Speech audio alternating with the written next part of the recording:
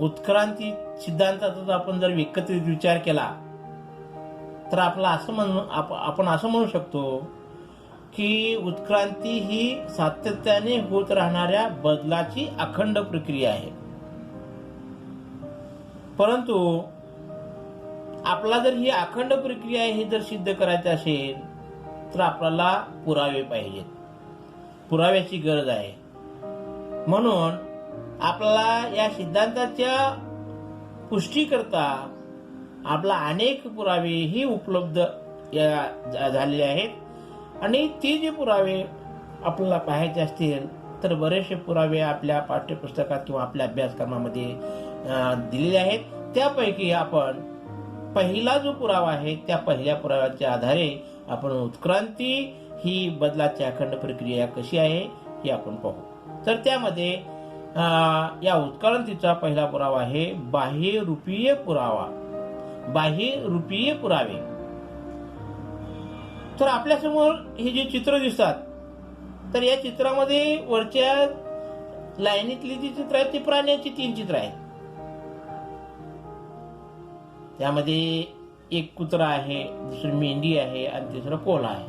अशी 3 प्राण्याचे 3 चित्र आहेत. आणि खालची जी लाईन आहे त्या खालच्या लाईन मध्ये आपल्याला वनस्पतीची 3 चित्र दिसतात. आता त्या वनस्पतीच्या ह्याच्यामध्ये एक आंब्याचं दिसतंय, एक चिकू आणि दुसरं संत्री, असे 3 वनस्पती आपल्याला खाली चित्रात दाखवलेल्या आहेत. तर याचं आपण निरीक्षण केलं तर सर्वप्रथम आपण प्राण्याच्या चित्राचं निरीक्षण करू. तर या प्राण्याच्या चित्राच्या मध्ये तोंडाची रचना बघा. कुत्रा, मेंढी आणि कोल्हा या तिन्ही प्राण्याचं जो तोंडाची रचना आहे ती तोंडाची रचना आपल्याला थोडक्यात सारखीच दिसते. डोळ्याचे स्थान बघा.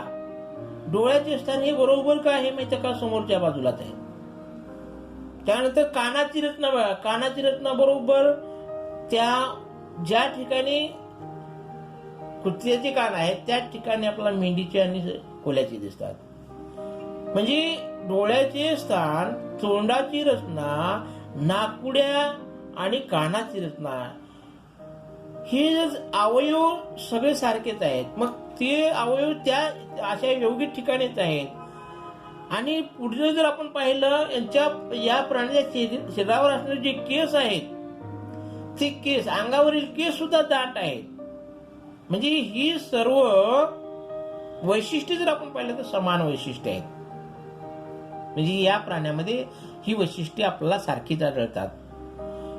आता दुसरं उदाहरण आपण वनस्पतीच्या बाबतीत घेतलं तर या वनस्पतीच्या बाबतीत पानाचा आकार आणि त्या पानावर असणारा जो शिराविन्यास आहे तो शिराविन्यास, त्यानंतर त्या पानाचा जो पर्णदेठ आहे किंवा त्या पानाची जी रचना आहे ही जर वैशिष्ट्ये आपण पाहिलं तर ही सर्व वैशिष्ट्ये या आंबा, चिकू आणि संत्रा या तिन्ही वनस्पतीमध्ये सारखीच म्हणजे समान दिसतात, समान वैशिष्ट्ये असलेले आपल्याला दिसतात.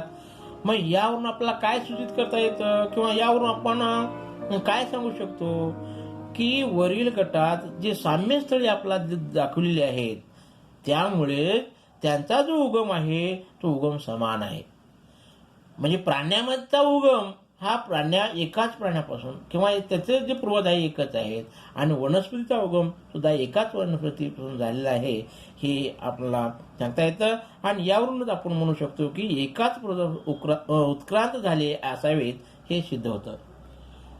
त्यानंतर दुसरा पुरावा आहे शरीरशास्त्रीय पुरावा. त्याला अनाटॉमिकल एव्हिडन्सेस म्हणतात.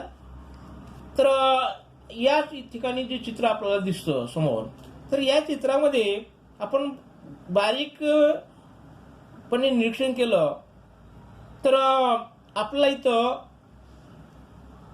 4 प्राण्याचे 4 अवयव आहेत. पहिलं जे अवयव आहे ते आहे मानवाचा हात, दुसरं जे अवयव आहे मांजराचा पाय, तिसरं आहे वटवाघळाचा पंख आणि चौथं आहे देवमाशाचं पर. म्हणजे हे 4 अवयव 4 प्राण्याचे आहेत. मग आता वरून जर पाहिलं तर आपल्याला वाटतं की बुवा हे चारही अवयव वेगवेगळे आहेत आणि त्याचं कार्यसुद्धा वेगवेगळं आहे, परंतु प्रत्येकाचा त्याच्या प्राण्यात असला जो उपयोग आहे तो उपयोग वेगळा आहे. आता मानवाचा हात म्हणजे वस्तू उचलण्यासाठी उपयोगात येतं, मांजरीचा पाय म्हणजे चालण्यासाठी उपयोगात येतं, वटवाघळाचं जे पंख आहे ते पंख हवेत संचार करण्यासाठी उपयोगात येतं, आणि देवमासाचं परी जे आहे ते पोहण्यासाठी का होतं त्या देवमासाला उपयोगात येतं. म्हणजे याचा उपयोग वेगवेगळा आहे आपल्याला सांगता येतं. त्यामुळे त्यांच्या रचनेमध्ये आपला भिन्नता असलेलं दिसून येतं. त्याची रचना जर पाहिलं तर ती भिन्न आहे, परंतु प्रत्येकाच्या अवयवांच्या हाडाच्या रचनेत व हाडाच्या जोडणीमध्ये मात्र आपल्याला काय दिसून येतं, साम्य दिसून येतं. जोडणी पहा, त्या जोडणीमध्ये प्रत्येक ठिकाणी आपल्याला जोडणी योग्य ठिकाणी दिसून येते किंवा ते त्या जोडणी झालेली आपल्याला दिसून येते, आणि परत प्रत्येकाच्या हाडाच्या रचनेमध्ये थोडासा आपल्याला काय होतं मध्ये साम्यपणा दिसून येतो. म्हणजे अशा पद्धतीनं या हाडाच्या रचनेत आणि हाडाच्या जोडणीमध्ये सारखेपणा दिसून येत असल्या कारणानं आपल्याला असं म्हणता येतं की त्यांचे जे पूर्वज आहेत हे पूर्वज समान असावेत. याकडं आपलं काय होतं कल झुकतं, म्हणजे याकडे आपलं निर्देश करतो, हे आपल्याला या दुसऱ्या पुराव्यावरून सिद्ध होतं. म्हणजे अशा पद्धतीनं हे पुरावे काय सांगतात की उत्क्रांती ही सातत्याने होत राहणाऱ्या बदलाची प्रक्रिया आहे, ह्या दुसऱ्या पुराव्यावरून आपल्याला सिद्ध होतं. त्यानंतर तिसरा पुरावा आहे अवशेषांगे. तर अवशेषांगे म्हणजे त्याला वेस्टिजियल ऑर्गन्स म्हणतात. म्हणजे सजीवामधील काही ऱ्हास पावलेल्या किंवा अपूर्ण वाढ झालेल्या निरुपयोगी जो इंद्रिय आहे त्या इंद्रियांना किंवा त्या निरुपयोगी जे अंग आहे त्या अंगांना अवशेष अंगाचं म्हणलं जातं. मग या बदलणाऱ्या किंवा भिन्न पर्यावरणात जगण्यासाठी सजीवात अचानक नवीन ऊती किंवा नवीन अंगे किंवा नवीन इंद्रिय उत्पन्न होऊ शकत नाहीत, तर अस्तित्वात असलेल्याच इंद्रियात कर्माक्रमाने का होतं बदल होतं. कोणतंही अंग किंवा कोणतेही इंद्रिय किंवा कोणतीही ऊती हे नव्याने निर्माण होऊ शकत नाही, परंतु त्याच्यात बदल घडून त्या इंद्रियामध्ये बदल घडून येतं आणि बहुतांश एका विशिष्ट परिस्थितीत शरीरातील एखादी रचना का होते उपयुक्त असते, परंतु भिन्न परिस्थिती निरुपयोगी किंवा हानिकारक ठरू शकते. म्हणजे कोणती परिस्थिती कशा तिच्या ते उपयोगात येतं आणि तिची भिन्न परिस्थिती पुन्हा बदलली की त्यावेळेस ते हानिकारक ठरतं. मग अशा परिस्थितीत नैसर्गिक निवडीच्या प्रक्रियेने अशी इंद्रिये नाहीशी होण्याचा जो मार्ग आहे तो नाहीशी होण्याच्या मार्गाला ते का होतात इंद्रिय लागतात. म्हणजे त्याचं काम जर शरीरात नसेल तर ते का होतात माहिती का नाहीशी होत जातात. म्हणजे एखादी निरुपयोगी इंद्रिय नाहीशी होण्यासाठी की 1-2 वर्ष नाही, तर ती इंद्रिय नाहीशी होण्यासाठी हजारो वर्षे लागतात. हजारो वर्षाच्या नंतर तो का होतो जो इंद्रिय आहे तो का होतो माहिती का नाहीसा होतो. मग हा जो नाहीसा झालेला जो इंद्रिय आहे किंवा नाहीसा झालेले अवयव आहे ह्या नाहीशा होत जाणाऱ्या इंद्रियाच्या वेगवेगळ्या अवस्था ह्या निरनिळ्या प्राण्याच्या शरीरात दिसतात. आता एखाद्या सजीवातील असा अवयव की त्या सजीवात जरी काही कार्य करत नसला तरी दुसऱ्या सजीवात मात्र तो अवयव कार्य करतो. म्हणजे एका सजीवात त्याचं कार्य चालूच असतं, परंतु दुसऱ्या सजीवामध्ये त्याचं कार्य होत नसतं. म्हणजेच दुसऱ्या सजीवासाठी तो काय ठरतो अवशेषांग ठरतो. म्हणजे त्याचं कार्य होत नसेल, कार्य घडून येत नसेल तर त्या सजीवाला तो काय आहे अवशेषांग आहे. दुसऱ्या सजीवासाठी तो अवशेषांग नसतो. पण मानवाला निरुपयोगी असणारे जे आंत्रपुच्छ आहे म्हणजे मानवाच्या शरीरात आंत्रपुच्छ आहे ते मानवाला निरुपयोगी आहे, परंतु ते जे आंत्रपुच्छ आहे हे रवंथ करणाऱ्या प्राण्यासाठी एक उपयुक्त अशा प्रकारचं कार्यक्षम अवयव आहे. जेव्हा पालापाचोळा मानव खात होता तेव्हा ते आंत्रपुच्छ त्या मानवाला ते उपयोगी होतं, परंतु जेव्हा मानव अन्न शिजून खाऊ लागला, अन्न भाजून खाऊ लागला, तेव्हा त्या आंत्रपुच्छाचा त्या मानवाला उपयोग होत नाही, म्हणून ते निरुपयोगी आहे. परंतु जे रोहंत करणारे प्राणी म्हणजे चारा खाणारे जे प्राणी आहेत, त्या चारा खाणाऱ्या प्राण्यामध्ये हे आंत्रपुच्छ काय आहे, तर ते काय करतात, असे जे गवत किंवा जे अशाच प्रकारचे जे वनस्पतीजन्य पदार्थ पालापाचोळा ते खातात, त्या प्राण्याला ते आंत्रपुच्छ काय करतो, उपयोगी ठरतं. म्हणून ते उपयुक्त अशा कार्यक्षम या रोहन करणाऱ्या प्राण्यामध्ये आहे.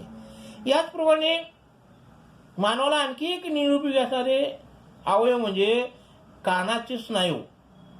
हे निरुपयोगी असणारे कानाचे स्नायू मानवामध्ये आहेत, परंतु माकडामध्ये मात्र कान हलविण्याकरता उपयुक्त आहेत. आपल्या कानामध्ये ती स्नायू निरुपयोगी आहेत, परंतु माकडामध्ये जे कानाचे स्नायू काय करतात, त्याचं कान हलविण्यासाठी उपयुक्त राहतात. मग अशा पद्धतीने हे आहे. किंवा माकड हाड, अक्कलदाढ, अंगावरील केस इत्यादी औषधांगी मानवाच्या शरीरात दिसून येतात. म्हणजे माकड हाड सुद्धा इथं तुम्हाला दाखवलं आहे चित्रामध्ये. तर हे वर सर्वप्रथम दाखवलेलं जे चित्र आहे ते वर दाखवलेलं चित्र आंत्रपुच्छ आहे. तर हे आता सध्या मानवामध्ये बी आहे आणि रवण करणाऱ्या प्राण्यामध्ये बी आहे. तर मानवामध्ये ही निरुपयोगी आहे, परंतु रवण करणाऱ्या प्राण्यामध्ये ते उपयोगी आहे. त्यानंतर ते कानाचे स्नायू जे आहे, हे कानाचे स्नायू काय माहिती का निरुपयोगी असणारे अवयव आहेत. त्यानंतर तेच उपयोग कुठे आहेत तर माकडामध्ये उपयोग आहेत, म्हणजे माकडामध्ये कान हलण्यासाठी उपयोग ठरतात. त्यानंतर माकड हाड, हे माकड हाड एक अशा प्रकारचं एक अवयव आहे की ते काही त्याचा उपयोग होतं तर काही ठिकाणी त्याचे उपयोग होत नाही. त्यानंतर अंगावरील केस, अंगावरील केस सुद्धा काही काही प्राण्यामध्ये उपयुक्त असतात तर काही प्राण्यामध्ये त्याचा उपयोग नसतं. तर अशा पद्धतीनं. आणि त्यानंतर अक्कलदाढ जी आहे, ही अक्कलदाढ काही म्हणजे उपयोगाची नाही, फक्त ती काय होतं प्रौढ अवस्थेत आल्यानंतर तिथे काय होतं ती वाढली जाते. मग अशा पद्धतीने काय माहिती का वेगवेगळ्या प्रकारची जे हे काय तर औषधसंघ आहेत आणि अशा औषधसंघाचं काही प्राण्यामध्ये उपयोगी आहे, काही ठिकाणी ते उपयोगी नाहीत. म्हणजे अशा पद्धतीनं ह्या औषधसंघावरून सुद्धा आपल्याला सांगता येतं की या म्हणजे मानवाचे जे पूर्वज आहेत एकच आहेत आणि ते या उदाहरणावर सांगता येतं. तर अशा प्रकारचं हे ते तिसरा पुरावा औषधसंघ. आता चौथा पुरावा आहे आणि तो आहे पुराजीव विषयक पुरावे.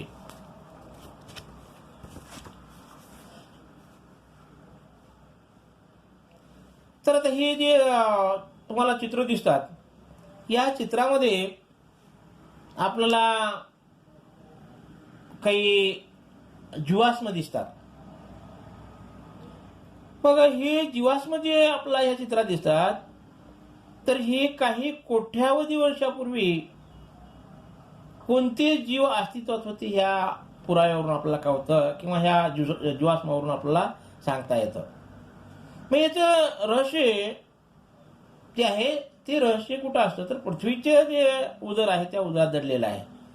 मग आता वेगवेगळ्या आपत्ती आपल्या पृथ्वी तलावर घडून येत असतात. उदाहरणार्थ पूर येणे, उदाहरणार्थ भूकंप होणे, उदाहरणार्थ ज्वालामुखीचा उद्रेक होणे, अशा ज्या आपत्ती होतात या आपत्तीमुळे मोठ्या प्रमाणावर काय होतात सजीव जमिनीच्या भूगर्भामध्ये जिवंतपणे गाडले जातात.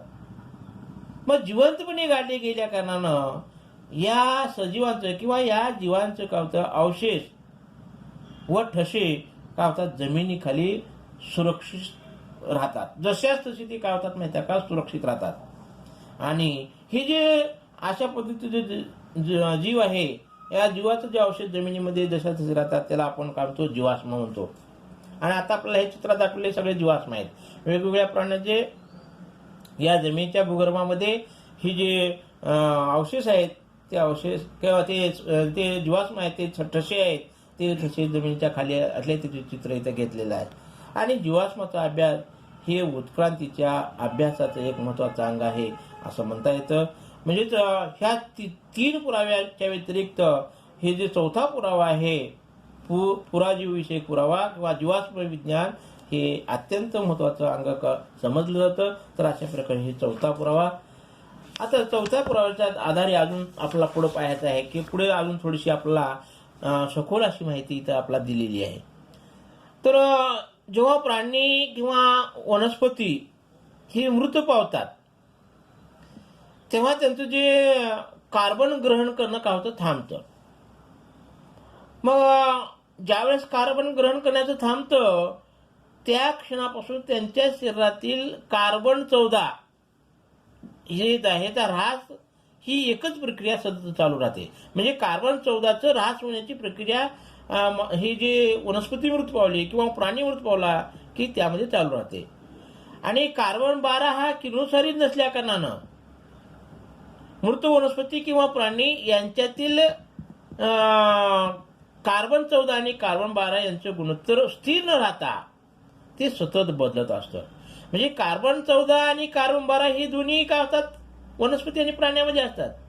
मग जेव्हा ही जी कार्बन 14ची ऱ्हास होण्याची एखादी वनस्पती नाश पावली किंवा एखादा प्राणी मृत पावला तर त्याच्यानंतरचा जो काळ आहे तो काळ मग त्या प्राण्यामध्ये असणारं कार्बन 14 त्याची सक्रियता आणि कार्बन 14 आणि कार्बन 12 अशी गुणोत्तर काढून काय केलं जातं कालमापन करता येतं.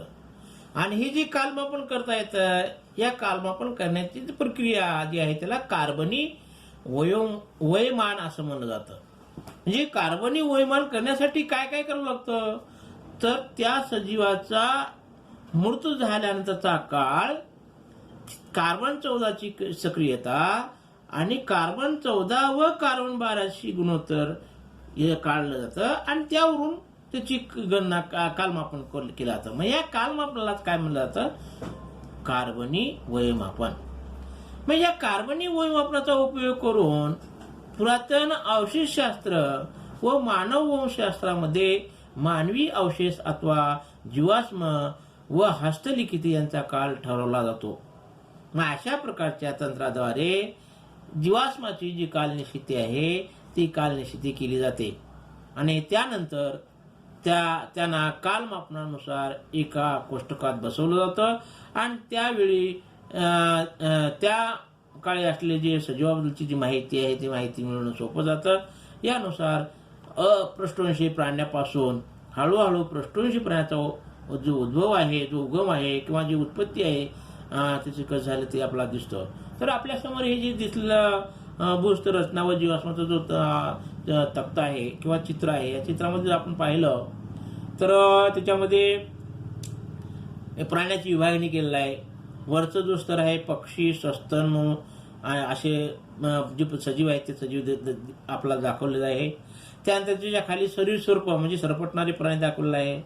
परत त्याच्या खाली सरीसृप उभयचर आणि मत्स्य असा तिन्हीचा गट दाखवलेला आहे आणि शेवटी खाली जो आहे तो अपृष्ठवंशी प्राणी दाखवलेला आहे. तर हे जे स्तर आहेत ह्या स्तरावरून आपला कशाचा बोध होतो तर सर्वात जो खालचा स्तर आहे अपृष्ठवंशी आहे. म्हणजे सर्वात खालचा तो आहे म्हणजे सर्वप्रथम कोणतीच सजीव निर्माण झाली तर अपृष्ठवंशी आहे. त्यानंतर मत्स्य आणि उभयचर ही आणि त्यानंतर सरीसृपामधली काही अशा प्राण्याचा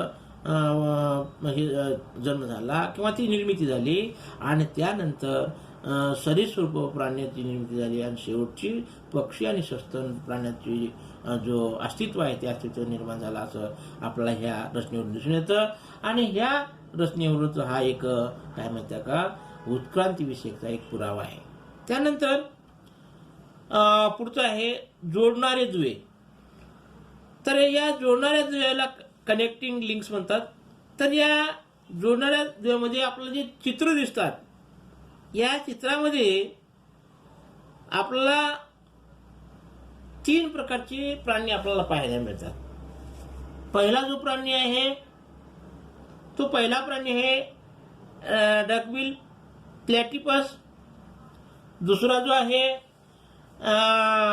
लंगफिश आणि तिसरा आहे पेरिपॅटस. तर हे तिन्ही प्राणी वैशिष्ट्यपूर्ण प्राणी म्हणून ओळखले जातात. मग आता वैशिष्ट्यपूर्ण प्राणी म्हणून का ओळखले जातात तर याचं कारण असं आहे की हे प्राणी काय करतात, दोन वर्गाचं किंवा दोन संघाचं जी लक्षणे आहेत तो एकच प्राणी दाखवतो. तर तो कशा पद्धतीने आपण पुढे पाहू. तर काही वनस्पती किंवा काही प्राणी यांच्यातली जी शारीरिक लक्षणे अशी असतात की त्यावरून त्यांच्या दुसऱ्या दोन भिन्न गटाशी काय होतो, संबंध जोडला जातो. मग दुसऱ्या दोन भिन्न गटाशी संबंध जोडला जातो म्हणून याला थोडक्यात जोडणारे दुवे असं म्हणलं जातं. आता उदाहरणार्थ इथं तुम्हाला हे चित्रामध्ये दिसला जो पेरिपॅटस आहे, हा पेरिपॅटस जो प्राणी आहे या प्राण्यामध्ये वलयी प्राण्याप्रमाणे म्हणजे वलयी प्राण्यामध्ये जे शरीर आहे ते शरीर कसं असतं, खंडीभूत असतं. त्यानंतर पातळ उपचर्मतेच्या शरीरावर असतात आणि त्याला पार्श्वपादासारखे अवयव असतात. म्हणजे हे वलयी प्राण्याची लक्षण आहेत आणि ती लक्षणे या पेरिपेटस मध्ये दिसतात. तसेच या प्राण्यामध्ये संधिपात प्राण्याप्रमाणे म्हणजे दुसरा जो वर्ग आहे संधिपात प्राणी संघ, त्या संधिपात प्राणी संघाच्या प्राण्याप्रमाणे याला श्वासनलिका व खुली रक्ताभिसरण संस्था आढळते. म्हणजे प्राणी पेरिपेटस आहे परंतु हा पेरिपेटस प्राणी दोन संघाची लक्षणं दाखवतो. मग दोन संघाची लक्षणं दाखवतो म्हणजे हा प्राणी काय दोन संघाला जोडणारा दुवा आहे. म्हणजे अशा पद्धतीने आपल्याला म्हणता येतं. आणि यावरून हा जो पेरिपॅटस आहे हा ॲनिलिडा व संधिपात प्राणी या दोघाचा जोडणारा दुवा आहे. म्हणजे तो प्राणी दोन संघाला जोडला गेला आहे हे आपल्याला इथं या गुणधर्मावरून सांगता येतं. तसेच दुसरा एक प्राणी आहे डकबिल प्लॅटिपस. हा जो डकबिल प्लॅटिपस आहे हा डकबिल प्लॅटिपस हा प्राणी दोन वर्गातील प्राण्याची लक्षणे दाखवतो. पहिला वर्ग आहे सरीसृप. तर सरीसृप प्राणी काय करतात, अंडी घालतात. मग त्या सरीसृप प्राण्यासारखा हा जो डकबिल प्लॅटिपस आहे हा सुद्धा अंडी घालतो. परंतु जे सस्तन प्राणी आहेत त्या सस्तन प्राण्यामध्ये दुग्ध ग्रंथी व त्या सस्तन प्राण्याच्या शरीरावर केस आहेत. मग तशाच प्रकारची लक्षणे या डकबिल जो प्लॅटिपस आहे या डकबिल प्लॅटिपस प्राण्यामध्ये सुद्धा ह्या सस्तन प्राण्याची लक्षणे आहेत.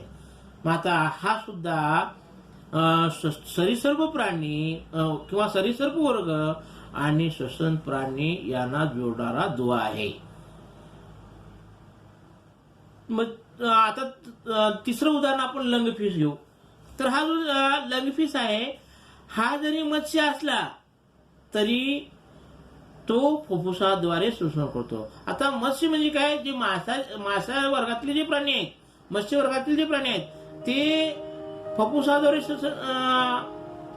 काय करतात, श्वसन करत नाहीत, कल्ल्याद्वारे श्वसन करतात. परंतु हा लंगफिश काय करतो, फुफ्फुसाद्वारे श्वसन करतो. आणि या उदाहरण सस्तन प्राणी हे सरीसृप प्राण्यापासून तर उभयचरी मत्स्य वर्गापासून उत्क्रांत झाले असावे असंही आपल्याला लक्षात येतं. म्हणजे हा सुद्धा एक पुरावा आपल्याला सजीवाची जी उत्क्रांती आहे ती उत्क्रांती सावकाश होत गेल्याची एक प्रक्रिया आहे हे या पुराव्यावरून सुद्धा आपण सिद्ध करू शकतो. आता शेवटचा असं झालं का, तर हे झाले 5 पुरावे. तर पुढचा जो पुरावा आहे तो पुरावा आपण पुढील तासिकेला पाहू.